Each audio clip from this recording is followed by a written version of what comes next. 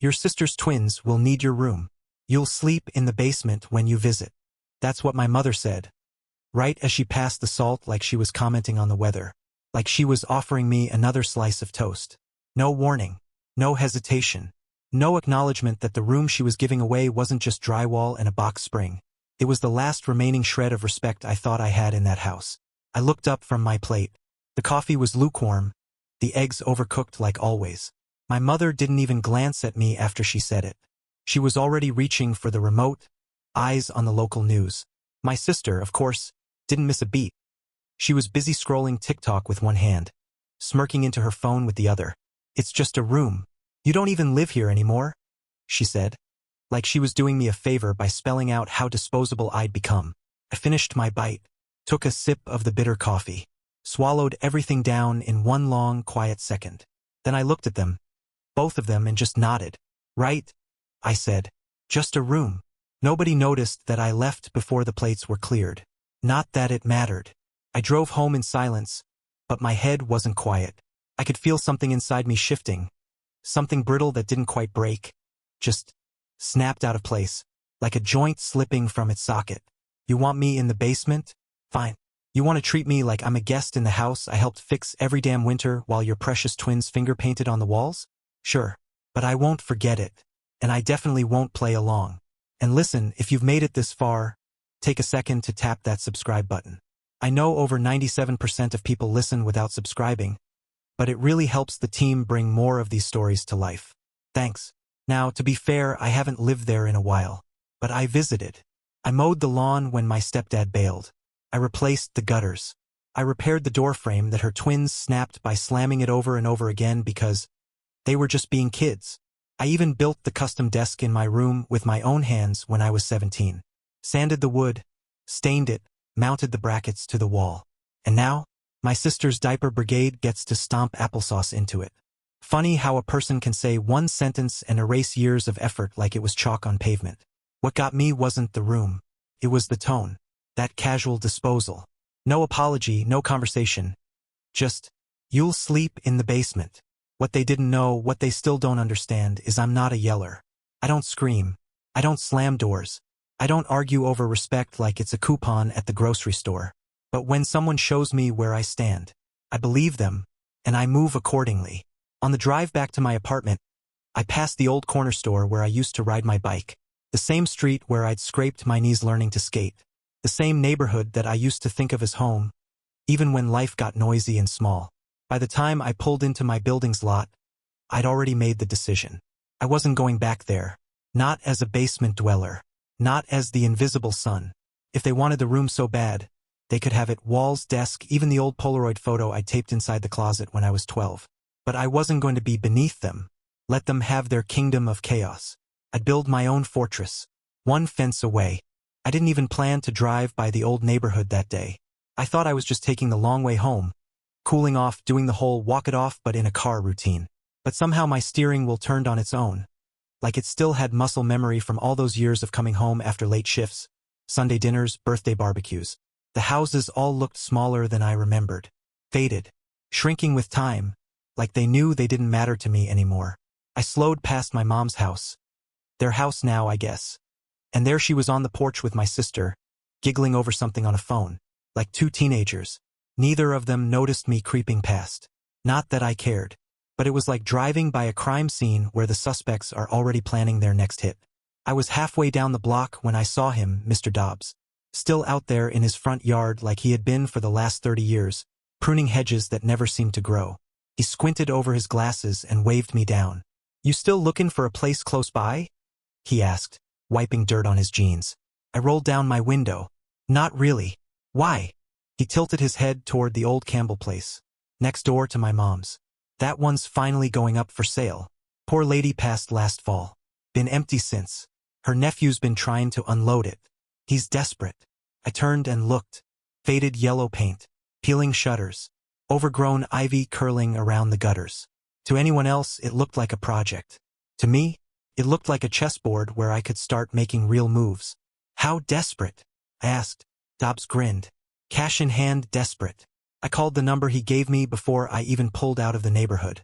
The guy on the other end sounded half asleep, like he couldn't believe someone actually wanted the place. He agreed to meet that evening. The tour took all of 12 minutes. Dated wallpaper with tiny blue roses, cracked tiles in the bathroom, carpets that reeked of must and time. One of the blinds in the upstairs window was hanging by a single string, spinning slightly every time the wind caught it. "Needs work," the guy muttered, almost apologetic. "It's perfect," I said. By the next morning, the inspector was scheduled. By noon the day after, I had the paperwork in hand. I signed everything with a steady hand and a calm smile. No texts, no calls, no family group chat announcement. They didn't get a warning when they demoted me to the basement. Why should I offer them a courtesy they never gave me? It was mine, not the house, the move, the power of choosing not to fight where the rules are rigged. Let them argue about toys in the hallway and laundry rotations. Let them pretend giving away my room was just practical. I had my own plan now, and it didn't include pleading for dignity. I stood in the empty living room after the agent left. The light came through warped blinds, casting crooked lines across the floor like prison bars made of sun. And for the first time in years, I didn't feel like I was waiting for someone else to fix things. I just felt still, like a man who had quietly, finally walked off the battlefield, only to set up camp with a sniper rifle. I moved in on a Thursday. No ceremony, no warm welcome. Just me, my truck, and the rhythmic thunk of cardboard boxes against an uneven porch. I didn't rent movers, didn't ask for help, didn't want it. Every lamp I carried up the steps, every shelf I hauled through the door, felt like a correction. An eraser dragged slowly across the chalkboard of old family loyalties. The house smelled like mothballs and forgotten dinners, but it was mine. Every creaky floorboard, every water-stained ceiling tile. I brought in only what I needed. My books, my tools, a half-dead fiddle leaf fig I'd been nursing back to life, and one framed photo of Dad and me building a treehouse when I was 10. He'd passed before my sister got pregnant, before the twins turned the house into a jungle gym. I think he'd have understood. As I walked to the backyard to set up the hose, I saw her mom, standing on her back porch in a bathrobe, staring across the fence like she'd spotted a ghost. "You bought that place?" she asked, half squinting, like the sun was lying to her. I waved politely. "It's just a house," I said. Her jaw worked, like she was chewing on the words, not sure whether to spit them out or swallow them whole. Then my sister appeared behind her, holding a cereal bowl like a trophy. "Petty much?" she chirped with that smirk she always wore when she thought she'd scored a point. I nodded once. Calm. Controlled. Could be. They didn't know it yet, but the rules had changed. I spent the afternoon planting herbs along the back fence. Basil. Rosemary. A few jalapenos, just to see if they'd survive the fall. I could hear the twins screaming through the open kitchen window next door. At one point, something heavy fell, followed by Mom's voice, sharp and frantic. Then silence. Then the dog barking like its tail was on fire. I adjusted the sprinkler. That night, with the boxes half unpacked and dinner eaten cold from a plastic container, I stood at my bedroom window and listened. No insulation between us and them, just air and old timber. The twins were throwing tantrums, something about a tablet charger. My sister was yelling about screen time. My mom joined in, defending the kids until she and my sister turned on each other like dogs in a pit. One of the kids started crying. The dog pissed on something. I could practically smell the stress through the wall. I poured myself a glass of wine and went to water the plants. Each slow splash against the soil felt like punctuation in a sentence I'd been writing since breakfast 2 weeks ago. I didn't smile, but I felt something close. The plants didn't need a war room. They just needed quiet, routine, and patience. I figured I'd start there. Let the chaos next door burn itself out. Let the old house suffocate under its own noise. I didn't need to throw punches. I just needed to wait. And water. Friday evening, just after sunset, the storm rolled in. 2 of them, actually. One named Mason, the other named Lila. My niece and nephew, 6 years old. Full of sugar and audacity. I knew they'd arrive before I even heard the first thump against the fence. It was the kind of tremor you feel in your spine before it hits your ears. Screams, shrieks, the unmistakable high-pitched howl of a child who's lost access to their favorite YouTube channel, followed by the rhythmic thump of a kickball repeatedly colliding with my side of the fence. Every few minutes, a toy would arc over into my yard. First a bright red plastic dinosaur, then a juice box, then one of those stupid singing dolls that lights up and says, I love you, in a tone that feels like a threat. The kids were out of control. My sister, as usual, wasn't parenting so much as negotiating hostage terms. If you both go inside by 10, I'll give you popsicles, she shouted at one point. 10? Who sets a bedtime deal at 10 for 6-year-olds? The night dragged on. Around 9:30, one of the kids decided the fence was a wall in a medieval siege and began hurling rocks at it. The clangs echoed through my living room. I was trying to rehang some shelves, but the drywall drill drowned under the chaos outside. I gave up, poured myself a coffee, and stepped out to the porch instead. The moon was bright, enough to illuminate the mess already accumulating. A toy stroller on its side in my rosemary bed, 2 rubber balls at the base of my garden shed, and what looked suspiciously like a half-eaten hot dog wedged under my hose reel. I didn't say a word. At midnight it finally happened. Lila screeched something about Mason taking her blanket. Mason retaliated by locking himself in the bathroom. Then came the crash. A real one this time. Glass? Maybe a lamp. Followed by my sister's voice, volcanic and unfiltered, yelling so loudly I could hear every syllable. Get in bed or I swear to God. That's when I flipped on my porch light. Just one flick. A small detail, but bright enough to flood half their backyard. The kind of light that says, I see you, without needing an actual sentence. Silence fell like a dropped curtain. Even the dog went quiet. A few minutes later, my phone buzzed. A text from Mom. Mom. Sorry about the noise. Kids are just a bit wound up. I didn't respond immediately. I let it sit there, glowing on the screen like a guilty conscience. Then I typed, slow and deliberate. Me, no worries. I'm not in the basement. No reply after that. I turned the light off and went back inside. The house was still. No feet above my head. No pounding down the stairs. No one telling me to keep it down because the twins are sensitive to sound. Just me, the hum of my fridge, and a subtle satisfaction settling in like warm tea. The next morning, I walked out to water my plants. A Barbie was hanging by her hair from one of my tomato cages.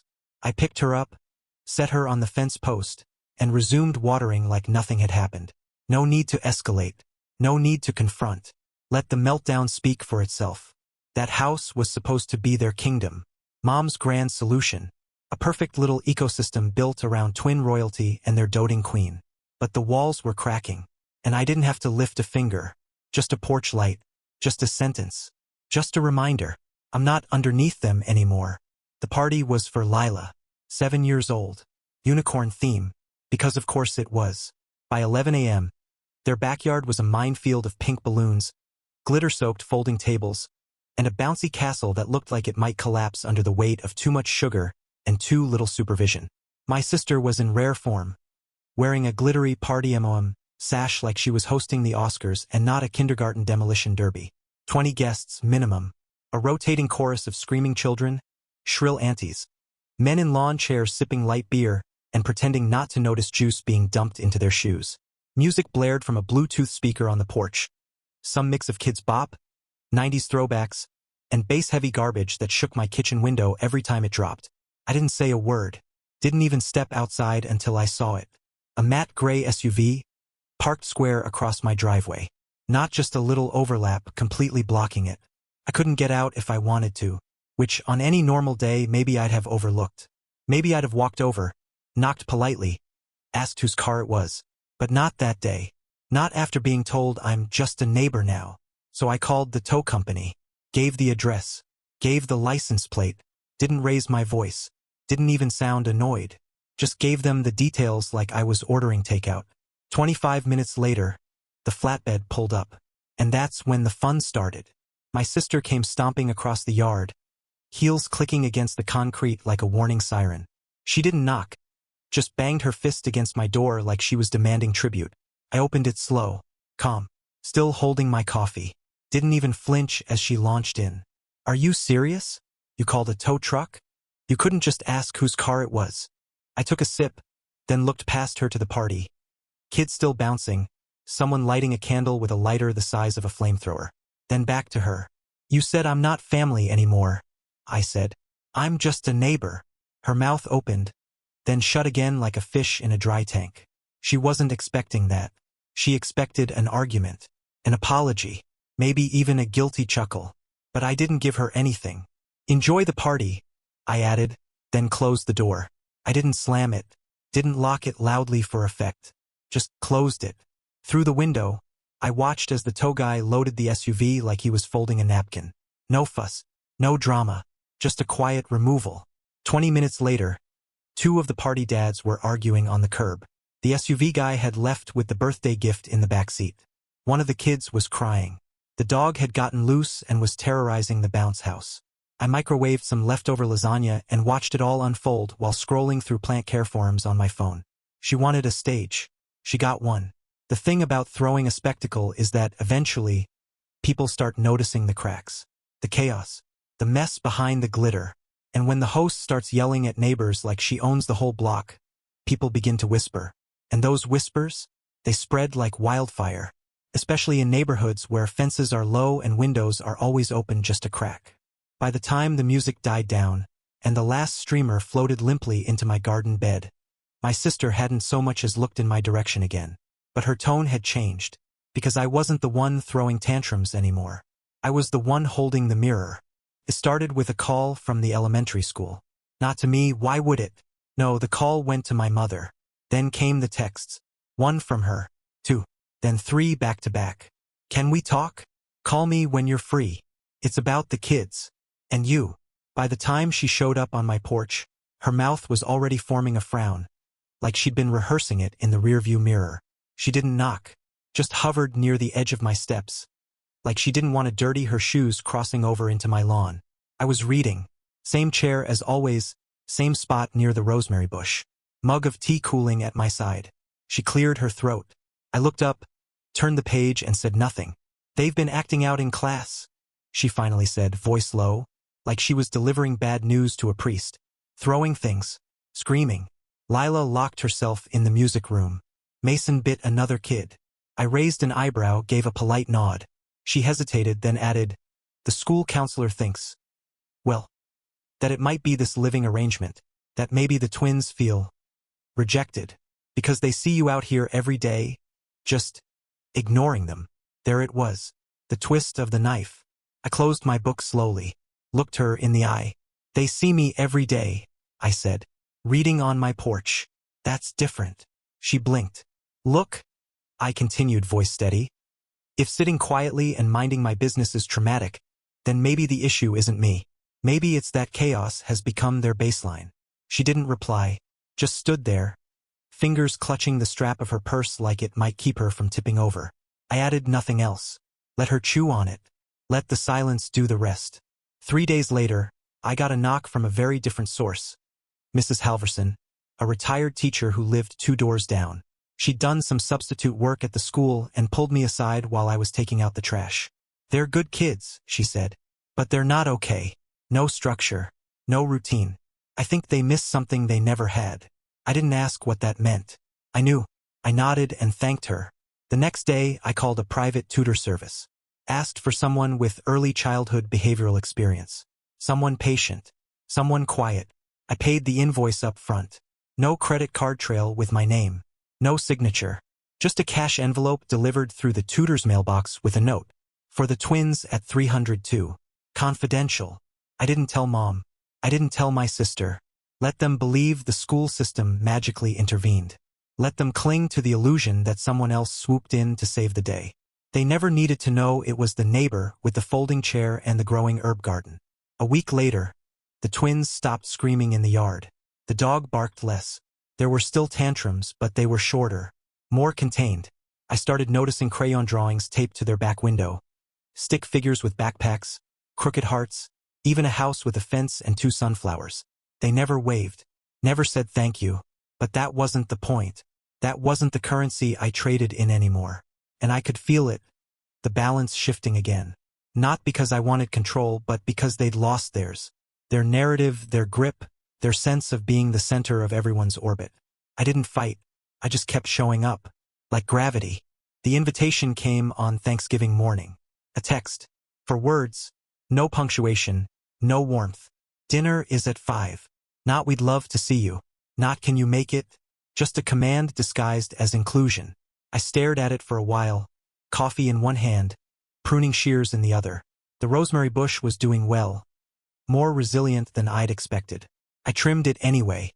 Some things still deserved shape. At 4:58 p.m., I walked over. The yard was a disaster. Leaves half-raked into a sad pile near the garage. Toys scattered like landmines. A scooter lying in the flower bed like it had tried to escape. The porch light flickered, and not in a festive way. Inside, the air was thick with smoke. Not the cozy kind from a fireplace, but burnt stuffing and anxiety. The table wasn't set. The kids were fighting over the iPad. The dog had taken refuge behind the couch, tail tucked so deep it looked like a third leg. My sister was pacing the kitchen barefoot, mascara already smudged, turkey half-carved like she'd lost the will halfway through. She didn't look up when I walked in. Neither did my mom. They were mid-argument, low and sharp like two snakes hissing in the same hole. "He doesn't even help," my sister snapped. "I do everything, and you just sit there and judge me." Mom fired back. "If you didn't treat every single task like martyrdom, maybe people would want to help." The moment I stepped into the living room, the volume dropped. But the tension didn't.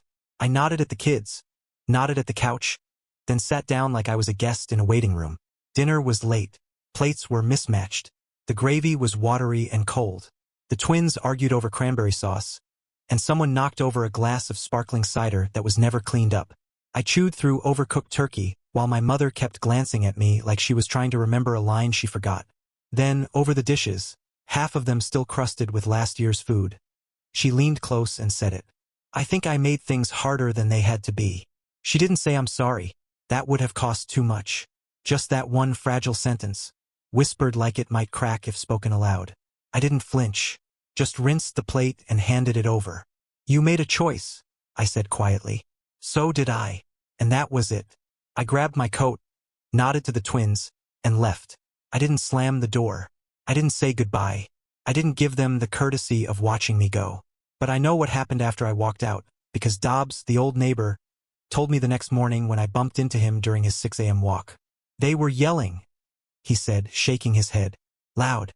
Something about you. Something about who ruined what." I nodded. "Guess dinner didn't end with pie," I said. Dobbs snorted. "Nope. Ended with the dog peeing on a chair." By the time I got back to my place, the rosemary was already soaking up the sun.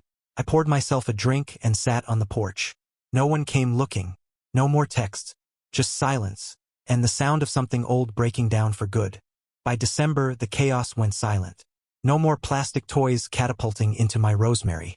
No more glitter crusted into my mailbox slot. No more midnight tantrums leaking through drywall. The backyard next door, once a thumping circus of shrieks and spilled juice, now looked like a war zone long since abandoned. Patchy grass, overturned furniture, a swing hanging from one chain like a forgotten question. My sister was gone. "Just temporary," Mom had mumbled when we crossed paths at the trash bins. She needed space. Translation. Someone snapped. Probably her. Probably both. The driveway stayed empty. The twins vanished from the porch. No barking dog. No bounce house deflating into the lawn. Just the occasional echo of loneliness clinging to the siding. The house was quieter than I'd ever heard it, even when I was a kid and silence only meant trouble was coming.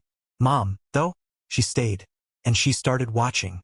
Every morning around 10, I'd hear the creak of her old rocking chair on the porch. She didn't read, didn't scroll her phone, just sat there, hands in her lap, like a sentry for ghosts.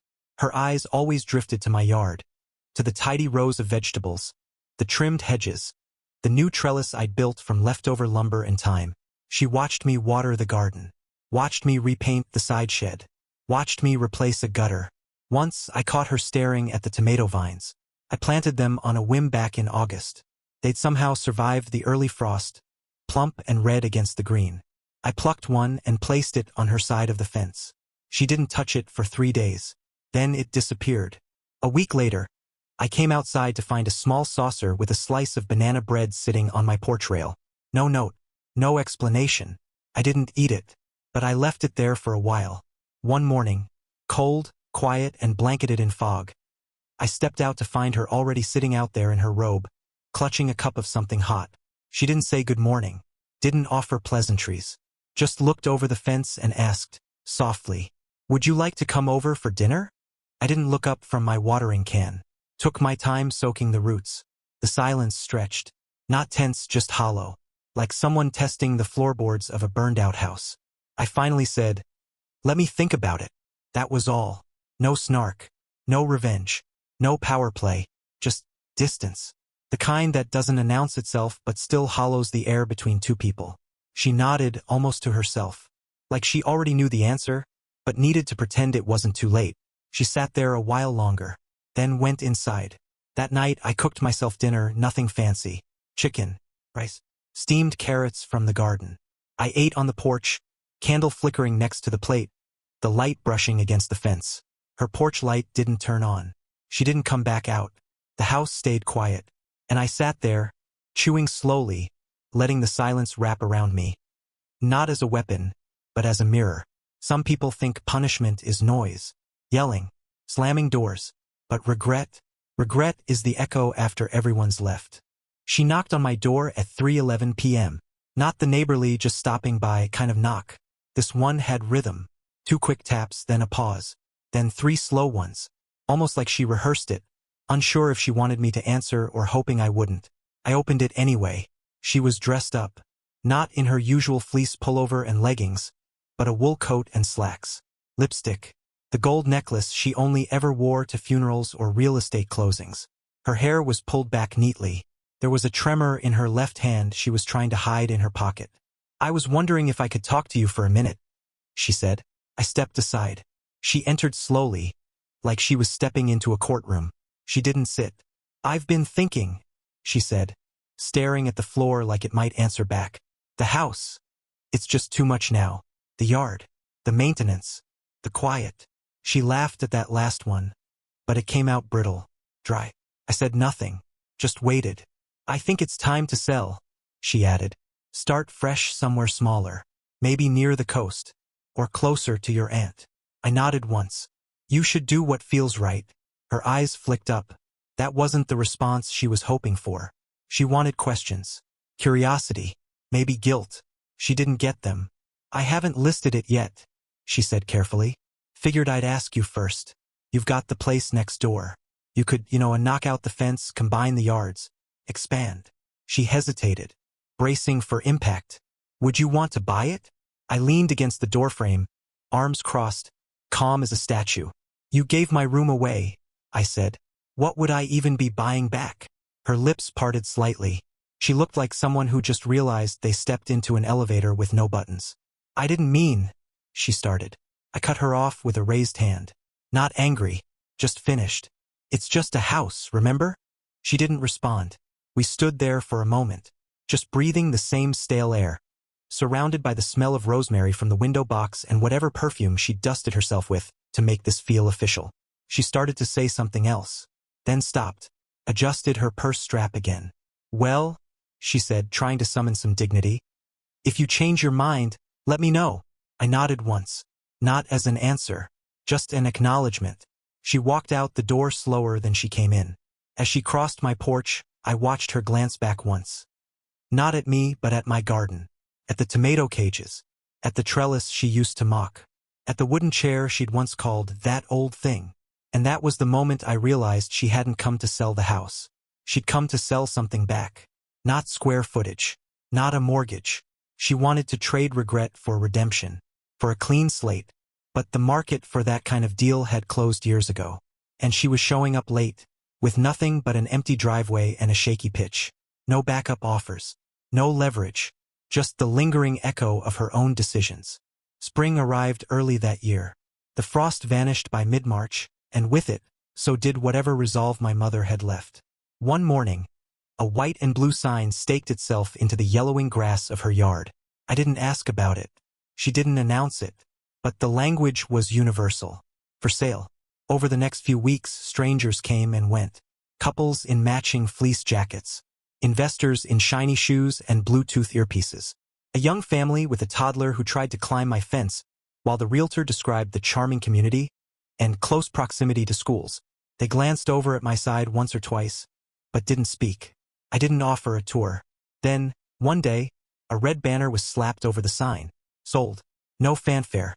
No family announcement. Just finality. printed in bold letters and zip-tied like a conclusion nobody would rewrite. By the time the movers showed up, the dog was long gone. Rehomed or forgotten, I never asked. My sister had relocated across the city with the twins, and a new boyfriend who wore chain wallets and liked to give advice. The front porch, once a battlefield of toys and opinions, was now bare. Just 2 rocking chairs facing opposite directions and a wind chime that hadn't rung since October. I stood at my fence, coffee in hand, as the last few boxes were wheeled down the walkway. One of them was labeled China Fragile, though it looked like it hadn't been opened in a decade. Another was marked Photos. I wondered if mine were in there. She stood at the edge of the yard, arms crossed, watching the last of her things vanish into a moving van she hadn't even hired herself. The apartment she was moving to was across town. Senior-friendly, single floor, with amenities like a shared laundry room and a community bulletin board filled with grief counseling flyers and Sudoku tournaments. She looked smaller now, not physically, just dimmed, like someone who hadn't been defeated, but quietly replaced by her own choices. I didn't call out, didn't wave. Just as the van engine started, she turned toward my fence. Half a step closer, half a step unsure. And that's when I said it. Calm, measured, not cruel. Good morning. She didn't answer right away. Just stood there, lips pressed together, keys jangling faintly in her hand. Then finally, a slow nod. No words. And she walked away. I watched her get into the passenger seat. I'm not sure who was driving. I didn't care enough to look. The van pulled off. Her house was empty, silent, and still not mine. I went back to the garden. The tomato vines were climbing strong this year. The rosemary had doubled in size. A bluebird had made a nest in the trellis. Nature, unlike people, doesn't punish growth. It rewards it. As I watered the herbs, I heard small voices behind me. Good morning, Lila and Mason, leaning over the shared fence, waving through the slats. They didn't sound like burdens anymore. Just kids. Just neighbors. I waved back. Morning. And that was it. Not revenge. Not justice. Just peace, claimed inch by inch, not by force, but by outgrowing what never truly held me.